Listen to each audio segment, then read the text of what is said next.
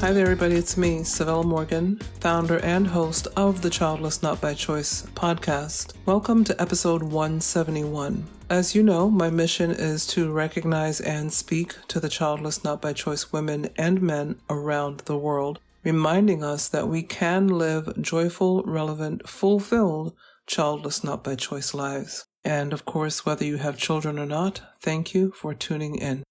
Well, it's February, so what is this show about? Love. Love is what this show is about, but I think I'm going to do a little bit of a different take on it because I originally thought, when thinking of what to say for this episode, thinking of the content, that's the word I'm looking for, the content, I thought about discussing the different types of love. You know, love of a parent for a child or the child for the parent, love of a child, falling in love, you know, love. But then I wondered, what is the opposite of love? And of course, my immediate response, like most of you probably, was hate. Hate would be the opposite of love. But then no, I started thinking, no, I've heard another opinion on it. So of course I went to the Google machine to see what I was thinking about, and alas, I found it. The great writer Elie Weisel's opinion on the opposite of love is indifference. He also said that the opposite of art is not ugliness, it's indifference. And the opposite of faith is not heresy, it's indifference. Indifference. What do you think about when you hear the word indifference? I believe indifference is the easy way out. That's what I think when I hear the word indifference. Someone taking the easy way out. Indifference takes less brain power, less critical thinking, less effort. And I believe indifference can be dangerous. You know, right now, I don't need to tell you this, I think we all can see it. We are living in a world where indifference seems to reign, and I believe it reigns due to fear. Many people are afraid of the way our world is going. There is a lot of hate and division taking place globally. It's not just in one particular country, it's globally. So most people opt to lay low, get to work, run their errands, and run back home. And I get it, because honestly, I do the same thing. You know, there are a lot of stressed out people out in those streets, and most people do not handle stress well. They become angry, they blame, they take out their frustrations on the nearest object, or maybe even the nearest person. And, you know, I always used to hear my brother say, and I think my dad used to say it too, you're driving inches away from the next person in the next vehicle, and you don't know what they are going through. So take it easy. Take it easy on those streets. And so, yeah, everybody is upset. Most people are angry. And you know what? Life has not been easy since the dawn of time. And then we were promised with more technology that we would have more time to relax. But even though we have washing machines and microwaves, we are still so busy, we barely have time to sleep. If I told you what time it is right now while I'm recording, you'd be like, why aren't you asleep? But if you've been listening since the beginning, you know that this is my time.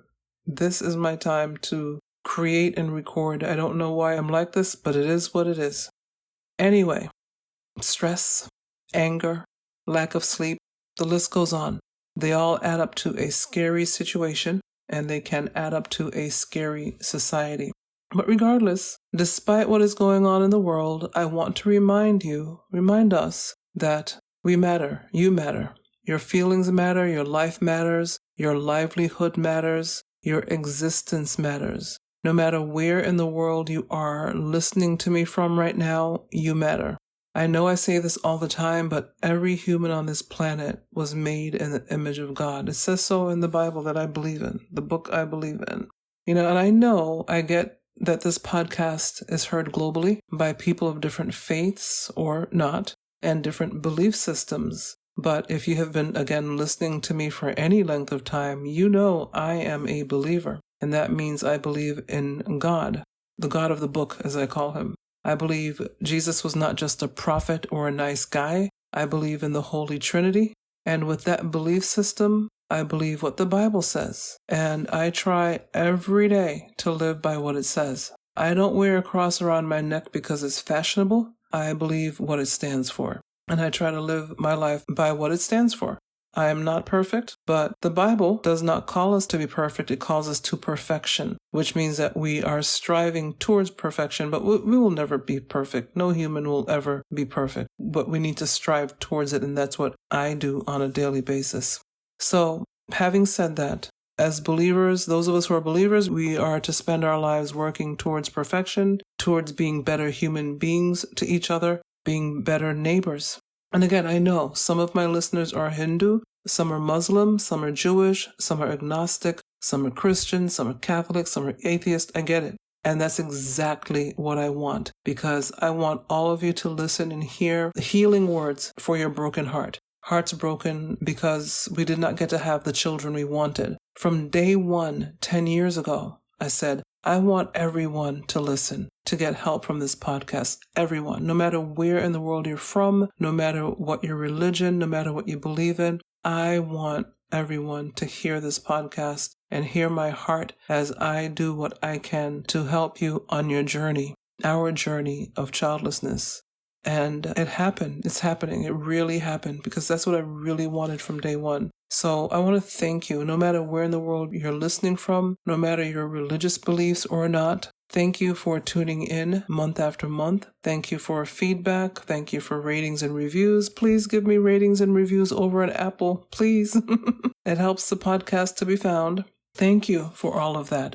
It's not been an easy ride, but it's what I set out to do. And I did not realize how hard it would be sometimes. I remember when I lost my first podcast producer, he taught me just about everything I knew or I know now about the art of podcasting. But I guess it was just his time to move on. But that was a tough move for me. And I have a great podcast producer now. But over the course of 10 years, I think he's my third podcast producer. He's been fabulous. He's been fabulous. But I've never taken a poll to find out in the course of 10 years how many podcast producers the average podcaster has. But I'll probably be average. I don't know. But what I'm saying is I love my current podcast producer. He's fantastic. But there are times when we have to move on from podcast producers as podcasters. So that was a tough move for me. I have recorded episodes with guests that the sound quality was so bad that I cried after the episode when my podcast producer told me, there is nothing I can do with this. I mean, there's nothing I can do with it. It's messed up.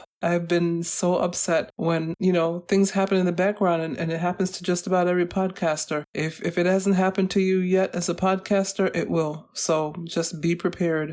This podcasting gig is not easy. And they even have the numbers on what's called pod fading, where people, they're like, I can't do this. And it's after some number of episodes, they're like, nah, this is not for me. So pod fading is a thing. And so I just want to make sure you understand that in the background, a lot goes on. I'm trying to remember if I ever had to ask a guest to re-record. I believe I've had to do that. I think I've had to do it twice. It is so embarrassing. And it was because of sound on my end. Sometimes it's on their end. As much as I would try to get a guest to try to bring down the noise level, which nowadays, it doesn't even matter to me. But in the beginning, I really, and this is again because of my first podcaster, which I really appreciated him teaching me, look, make sure when you're interviewing somebody to have them reduce the noise level on their end, no earrings and bracelets that are banging against a desk or anything. All of that gets picked up on the mic, and all those things I learned, and I still adhere to those. But if a dog is barking in the background, it's just not a big deal to me anymore. It's okay. So yeah, I've come through 10 years. 10 years, you guys. It's a long time to do anything. And there have been, like I said, times I wanted to give up. Guests I had to turn down because, it wasn't them. It was just something in my gut. And I believe in trusting my gut. I tell you guys this, I've told you before, trust your gut. Trust your gut. And so it wasn't anything in particular with that guest, I would imagine, but I have had to turn people down because I just had a gut feeling that this was not the right fit. And those are tough. They're tough for me to do, is to turn somebody down. Difficult decisions, have had to be made that left me crying for days. And you may ask me why I put myself through all of this. It's not even like I'm getting 1 million downloads per month like Joe Rogan. I know everybody knows who he is. He has the most podcast downloads of every podcaster ever, so I'm sure you know who he is, but I'm just average. Way less episode downloads than him, but what they consider average when it comes to downloads. And so why am I doing this? Because it's what I set out to do 10 years ago. It's what I wanted to do to make sure that those of you who may have felt as lonely as I did in the beginning, you now know that not just this podcast, there are now other Childless Not By Choice podcasts out there, but for a long time this was it. And so there are different voices out there now, and everybody listens to a different voice and hears a different voice and adheres to that voice. So it's not a competition. It's not a competition at all. But I know for me, I wanted to create a community where no matter where in the world you are, no matter what corner of the planet you are, you know, as a Childless Not By Choice person, that you can tune into this podcast and know that somebody, the person on the other end, the voice on the other end, understands completely what you're going through. And even though your society may be different than mine, maybe it's really, really bad for you, really harsh for you in certain countries if you don't have children, where in the Western world, we may get made fun of every once in a while, but as of yet, we're not in any real danger. But some of you are probably in real danger if you can't have kids. And so I know of the differences just from one community, from one society to the other. But even so, I just want you to hear a voice that you'll probably never meet, you'll probably only ever hear, reminding you that you matter. I'll talk about that more in just a second, but just talking about life in the background a little bit more. You know, many of you know I was caring for my parents, working full time and creating content for this podcast. As a caregiver, the work world doesn't really care that I'm trying to balance sick parents, doctor's appointments, one with a walker and one on a wheelchair, while trying to hang on to my job. I do hope that one day caregivers will be recognized for all the work we do, which actually saves our government's money. Because if we weren't caring for our parents or whomever the caregiver cares for, sometimes it's an aunt or an uncle or a grandparent, sometimes it's a sibling, the government would have more work on their hands trying to figure out how to get these people cared for. So I don't know. I hope that one day governments realize how much caregivers help to keep their family members, you know, out of their systems and save them money. Hope that makes sense. So living life, grieving, working, creating, it was all happening in real time for me. And now here I am. Here we are. Life continues. It moves on with or without us. Life is like a train that has to keep a schedule. You know, people complain if the train is not on time or the bus is not on time or the trolley is not on time or if Uber is not on time. You may be running late. You may not have the fare to get onto the train. Life may be interrupting, but the train, she's leaving the station on time. And that's how life is. Life really doesn't care that you may have just lost a loved one and you're trying to figure things out and you're grieving even a year later. I had somebody ask me the other day, well, how long has your dad, how long has he passed away? And I kind of wondered why they asked me that question. Maybe they thought that I shouldn't still be grieving at this point, or, I don't know what the reasoning was behind the question, but the fact is, I'm still in grief mode. I miss my dad. Of course, I miss my mom. She passed 5 years ago, but I miss my dad. And so it is what it is. It doesn't mean I'm not functioning. It doesn't mean that I'm not working, that I'm not caring for others, that I'm not doing my best at work, that I'm paying my bills and, living life, going out to lunch with friends. Yes, I'm doing all of those things, but I am still in grief mode. And that's just how it is. It is what it is. I know some people hate that terminology and that phrase, but it really is what it is. I'm still grieving my father. I miss him immensely. I know he's in a better place. I know my mom is in a better place. I believe they're together. And so I love that for them.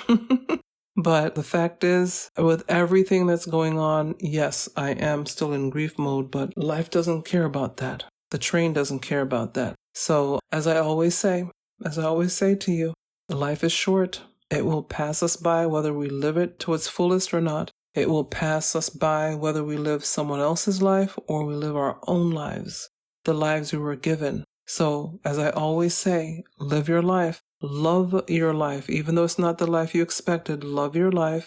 Love your family and friends. but be sure to love your life. Love what you have. Love what you've been given, because it's what you got. So, being negative, feeling down, allowing others to make you feel down because you don't have any kids, allowing other people's commentary to affect the entire rest of your day if somebody says something stupid, we've got to work on that. I remember those days. It doesn't really bother me. Now I laugh. But back in the day, I was not laughing. I was not a happy camper. I cried a lot because this was not the life I wanted. It was not the life I expected. And it wasn't fair. And of all people who would have made such a fantastic and fabulous mother, I went through all of it. Now, when people make comments, I laugh. Imagine. You can get there too. If you're not laughing yet, you can, and you will. But whatever you do in the meantime until you can get to that point, don't allow someone's words to affect your day or your week or your month.